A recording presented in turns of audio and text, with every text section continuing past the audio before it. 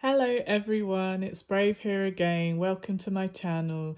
I have another lovely poem that I've written in honour of my ancestors. In the UK, it's Black History Month, and even though I'm multiracial, mixed race, I always acknowledge and I'm so proud of my African DNA, my African ancestry through my Jamaican side of the family, even though I have lots of other ancestries: Scottish, English, Scandinavian, South American, Indigenous, Indian, lots of stuff in there.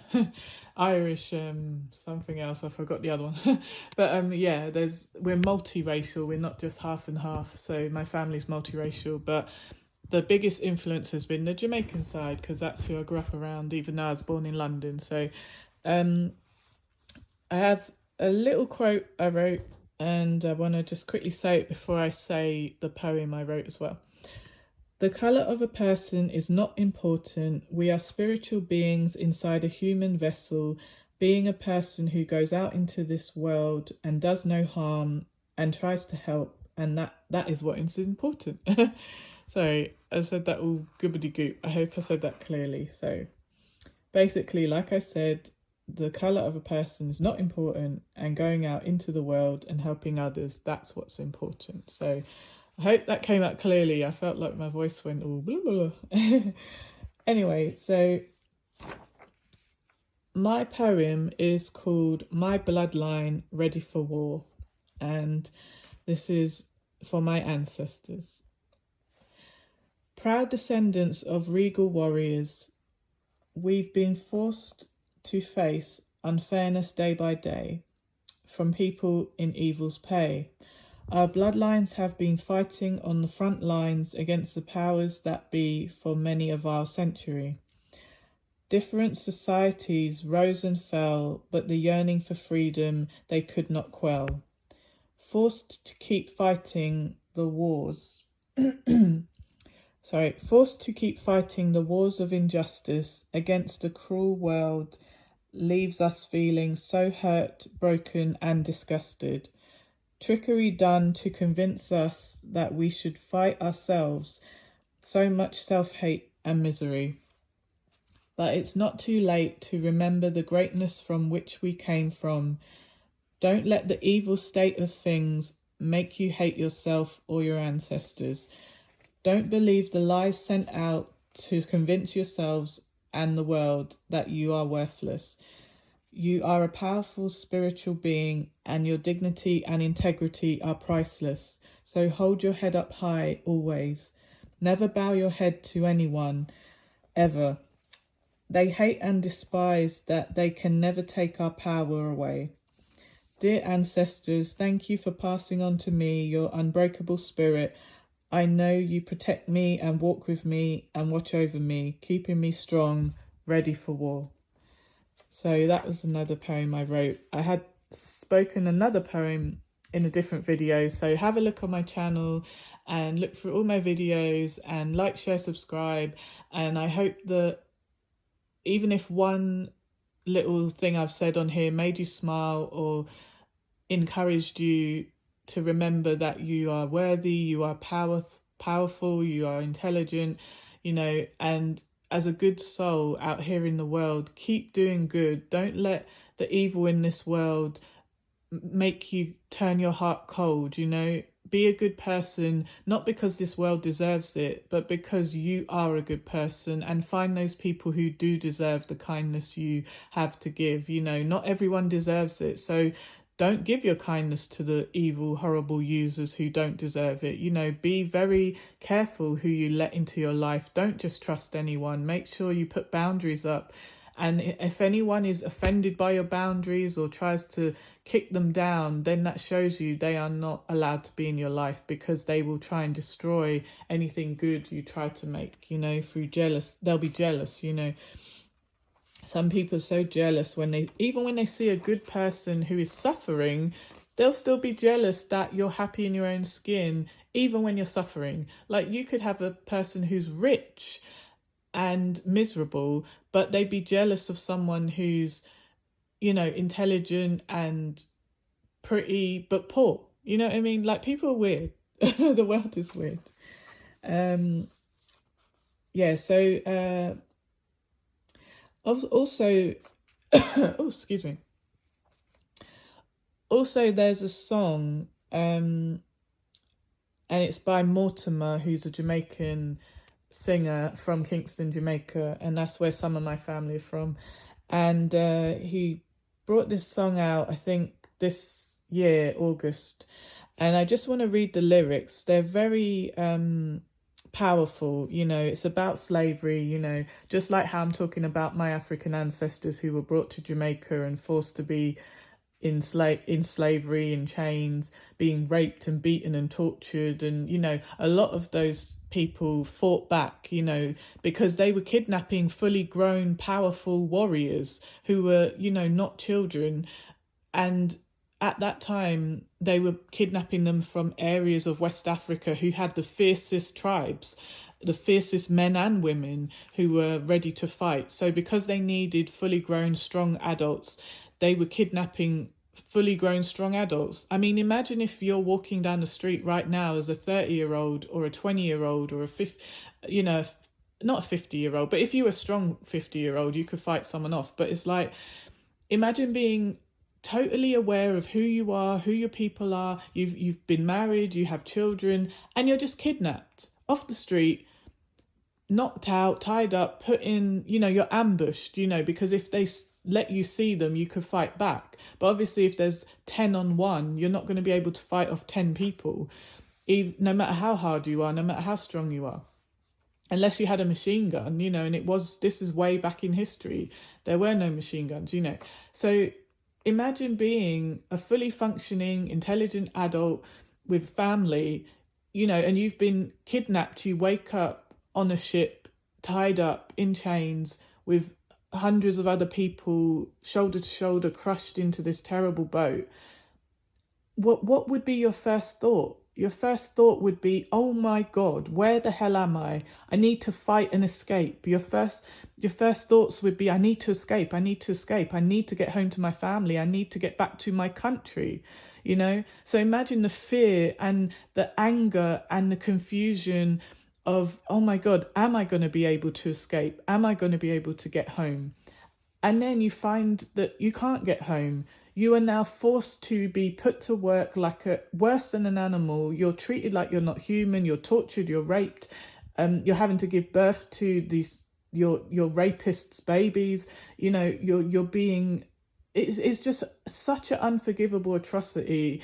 And if anyone ever had the disgusting nerve to justify slavery, then F you. How dare you? How sick are you to do that? Because if that was done to you and your people, it wouldn't be okay. But for some weird reason, people started using the fact that African people had darker skin as a reason as to why they're not human, or they're not intelligent, or they're not people. Then, what the F is that about? Africa was full of intelligent, amazing civilizations before these evil people went and ruined it and effed it up and plundered it, and then told the world a lie that, oh, we're allowed to do these terrible atrocities to them because they're not even human. And people wanted to believe this sick lie because they wanted to get rich too. It all comes back to money. I mean, how sick is that? Oh, just disgusting. Anyway, so this is Mortimer's song. I want to just say the words, and they're a bit graphic, so trigger warning. It does talk about, being whipped and lashed and abused, and, so I'm just going to read it because it is very powerful, and I think it's important for the younger generation to know what our ancestors went through and how we should always remember them, our ancestors, and what they went through, and never ever forget that if slavery had not been abolished and removed, we would be in chains. Whether we're mixed race or full-blooded, whatever, we would be in chains if that evil was not stopped.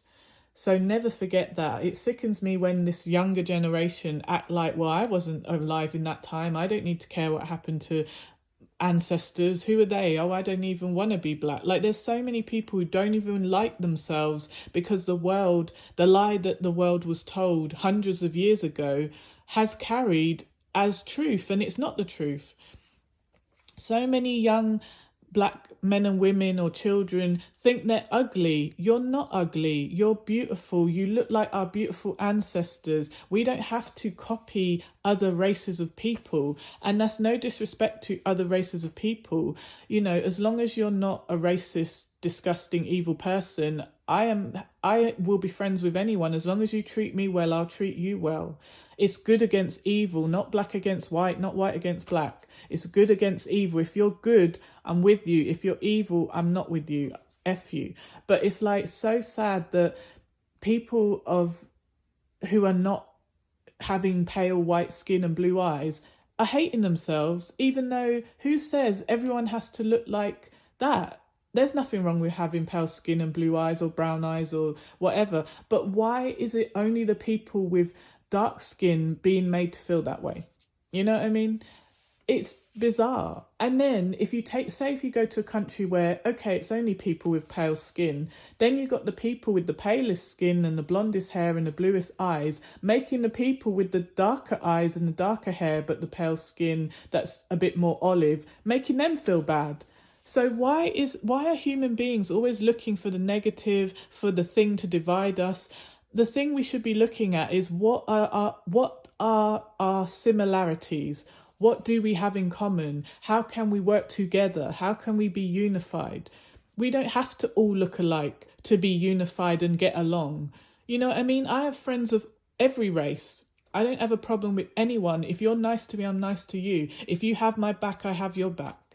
You know what I mean? Like, it sickens me when, you know, there were people in the past where they said they loved me, they would do anything for me if only I was their race. And I said, what? What do you mean? Oh, well, I can't marry you because you're not the same race as me. Or, you know, I can't be with you because you're not the same religion as me. All sorts of stupid barriers, man-made barriers. But, you know, why are you letting these things stop you from being happy?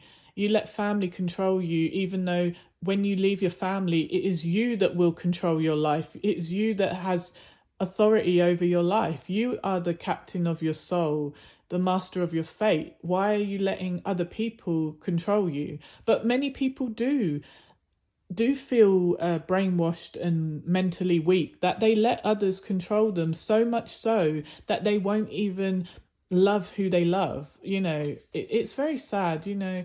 And I'm not saying it's easy, you know, even though I'm incredibly strong and I would not ever let anyone control me. Even as a child, I always fought back. I was very strong-willed. I was never afraid to speak my mind. You know, even if I got a beating, I didn't care. I will fight back. I was never scared to take a punch or give a punch, you know. And yeah, it's really difficult for me to see people so weak, mentally weak, physically weak, not willing to stand up for what is right. You know, wrong is wrong even if everyone is doing it, and right is right even if no one is doing it. When you see injustice and oppression and abuse or discrimination, you should say something. You should speak out. You should fight against it. You should help the victims. There is no excuse to just stand back and turn a blind eye. If you claim you're a good person, you should do something to help. Don't even go out there pretending you're a good person when you see these evil things happening and you turn a blind eye, you know? So anyway, back to the song. It's called Bruises. So the chorus says, I've got the bruises to prove. How could you pretend you never used and abused? And yes, you scorned and refused to treat me equally. I don't want to hear your excuses. Nuff whip, lashing, yeah, my skin peeled and cracking. Black Friday sales out, nuff picnic days out. You made us heavy, whip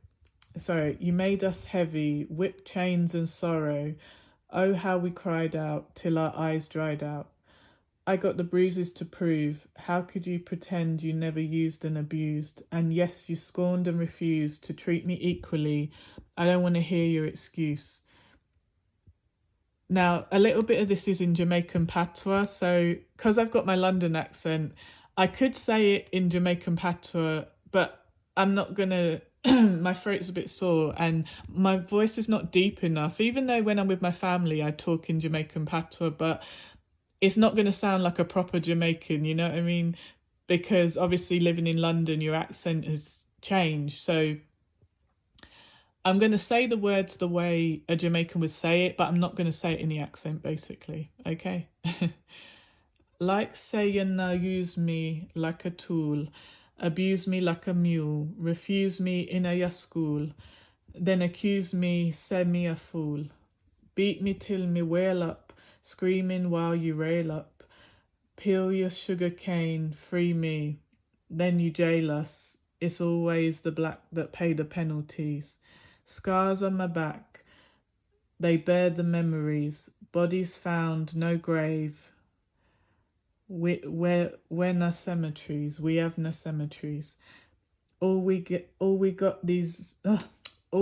are these verses and these melodies and trauma in a me DNA. We're past chronic diseases, diabetes and gallstone. Cycle repeat, and now you treat we like a ras clown is with a target on my back when me are walk round. Take it from the eyes that we seen the inner child. Many try to run from the pain they left behind. Trying to forgive is removal of my pride. I've been trying to cope with these voices in my mind. Once upon a time, I'd wanna hear your side, but I've come to know your mouth is full of lies. Taken all I've got, but you're still not satisfied. Slavery isn't something you can justify. So yes, that was by Mortimer. The song is called Bruises. It's an amazing, powerful song. He is talking about our African ancestors who were brought to Jamaica, because he's from where my family's from, Kingston, Jamaica. So, when he wrote this song and I heard it, I felt it like as if I wrote it myself, you know what I mean? Like we're on the same wavelength. So Mortimer is an amazing, amazing singer.